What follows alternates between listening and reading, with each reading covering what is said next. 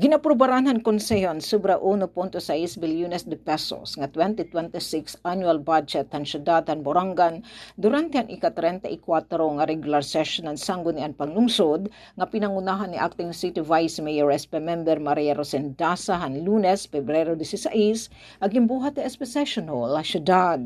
Ang pag-aprobar han nasabi nga budget ang panguna gintagad ang mga magbaralaod ng syudad hini nga sesyon. A privilege hour gintagan hindoon ni SPM Ian Irvin Gallo, Chairperson ng Committee on Transportation. Ang pagpapadangat in condolences nga dahan mga pamilyan upat nga individual nga naawat ang kinabuhi kundi intuluhini in mga burunganon han nahitabo nga aksidente habasi Samar han naglaway nga adlaw.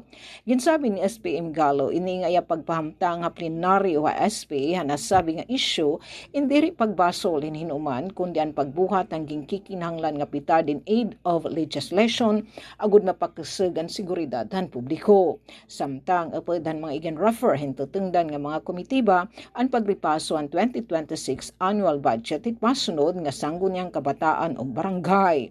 SK Barangay Pipilitan, SK Barangay Banuyo, SK Barangay Siha, SK Barangay Baras, SK Barangay A, Barangay Sabang Suribao, Barangay Sabang South ug Barangay Sungko ha Committee on Finance nga chairperson ni SPM Attorney Kathleen Kainday.